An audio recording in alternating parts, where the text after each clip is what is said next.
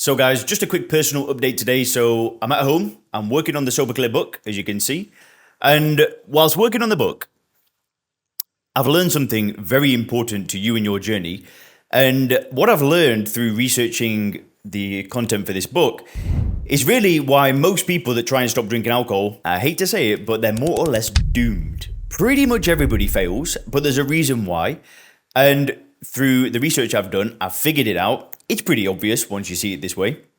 There is a way to fix it, which is what the book will do. But I wanted to explain to you why most people will fail to stop drinking alcohol and give you a quick personal update as well. So what happened recently is I went to India. I went to India alone for 2 weeks and I did a 10-day silent Vipassana meditation course. And it's the hardest thing I've ever done in my life. My gosh, not talking for 10 days. I talk all the time, I talk for a living. I'm talking to people all day. I'm making videos. I'm managing a team of people. So I talk a lot. And I have a wife, she stays at home. She's downstairs right now. And I got married. I've not actually made a big deal out of that yet, but I got married. And, to go to India alone for 10 days and not talk to anybody, only eat 2 meals a day, no food after 11 a.m. You have a little bit of fruit at 5 p.m. And then you meditate every day for 10 and a half hours. And they teach you how to do a certain type of technique called Vipassana. And, you're alone with your thoughts. I'm not going to go into too much detail on the meditation retreat, but you're alone with your thoughts all the time. So you're either meditating or alone with your thoughts. So I did an awful lot of thinking. And part of that was me realizing that I really want to make this book just incredible. I was already working on it before I went to the retreat. And while I was there in India, I don't know if you've ever been to India before, but my gosh, you'll see some serious poverty there. There's a lot of trash everywhere. I was in Mumbai, and it's extreme poverty. It was it was a little bit. I've traveled before, but I've never been to India, so it was a bit shocking. And while I was there, part of me realized that my videos are in English, my program is in English, and I realized if I write a book and I make it amazing. I make it because the goal of the book is for it to be so good that I never need to do any advertising, no marketing. It's just so good that people get the result, they stop drinking, and then they recommend it to a friend. That's the only goal of this book, is to make it so effective that people can't help but go and buy 5 copies for their friend. So that's the goal. So I'm going to spend an awful lot of time on it, and I'll explain what I told you I'm going to tell you about why most people fail to stop in a second. But yeah, when I was there, I just realized, why don't I just spend my time for the next few months just making this book insanely good and getting it translated and getting it into the hands of people who have no money. And I just think it's a great thing to do. Alcohol is not an isolated problem that only affects Westerners. It affects every single country on earth, even Muslim countries that aren't supposed to drink. It's still a problem for some people. So that was like an epiphany I had during the meditation retreat. So that's what I'm up to. And while working on the book, I've been researching a lot of things. I've been researching how, we've been conditioned from day one of being born. I've really looked into what happens when you're a baby, when you're a child, what happens with the way that it's portrayed in movies, when you see your adults drinking around you, like our parents or family members, people that we look up to, we see them all drinking.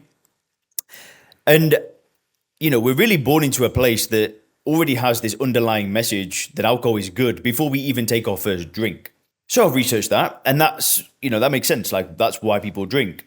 And then I started looking at some of the more sinister things that alcohol companies have done to dodge regulation, like tobacco got. That is actually pretty sinister. So I looked at that, and I looked at how, these fake drink responsibly campaigns and just what they really do. So that was very insightful. And then I start looking deeper into the methods of AA and therapy and willpower and rehab. And, I've researched this before, but this time I did a lot more research and I really started looking into more scientific journals of the success rate and people who have gone and found, that 2 to 3% of people that tried to stop drinking alone succeed. And then 2 to 3% of people that go to AA also succeed. So what's actually happening there? Does that mean that AA's got a 0% success rate? Are they just taking credit for people who would have stopped? So I know that's a difficult thing to answer, but what really just stood out to me while doing the research and writing this book was if there wasn't alternative information out there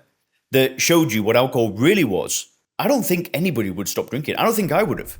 You know, if somebody hadn't sat down and thought through this and really just dissected it and asked themselves, what is going on? I just don't think that anybody would stop. You know, it's something like over $100 billion is probably spent on alcohol marketing before you're born. And that's how much you have been bombarded with these messages that drinking alcohol is fun, it's sophisticated, it's normal. It's just non-stop, 24/7. And then when you try and stop drinking and you go to one of these conventional methods, it just sucks, right? You usually you fail, or you succeed and you're miserable, you still want to drink. So then it's like, well, what's the point? Why would I even bother stopping? If I'm just going to live my life desperate to drink, you know, most people aren't going to have the willpower to just persevere and not drink. So yeah, it's a little bit sad. And when you start to see this, you're like, man, there's so many people suffering in silence. You're different. You're watching these videos, you know, you're trying to educate yourself. You're trying to solve the problem. You're trying to reframe how you view alcohol to get rid of these lies and this conditioning that we've been hammered. And that's not everybody. You know, there's hundreds of millions of people that aren't this way. Maybe they don't have access to this information, like this YouTube channel, like Stop Drinking books, like the Sober Killer program, if you're in it. So it's a little bit sad. And there's another strange thing that happens. So when people use these conventional stop drinking methods like AA, like therapy, rehab, willpower, they always find it hard. So then what happens is society holds a belief that stopping drinking alcohol is hard. And it isn't hard. There's nothing hard about not putting a poison in your body. It's actually very simple, very straightforward, very logical. It's one decision that you need to make, and then you move on. As long as you see alcohol for what it is, it's easy. But yeah, most people don't have access to the information that you and I have access to. But everybody will do soon. Once this book is done, it's going to be awesome. I'm so excited to finish this book and get it into the hands of people that need it. It's going to be a lot of fun. Anyway, I will explain how you can get onto a pre-order where I'm going to do a bunch of extra stuff. But if you pre-order the book and all that stuff will come. But change is possible. I've done it. I must have had 10,000 emails over the years from people who have done it. They've not found it hard. They've not found it difficult. It's been easy. And you can do it as well. I'm sure of that. Anyway, leave me a comment down below. I'll respond on this video. Hope everybody's well, and I'll speak to you soon.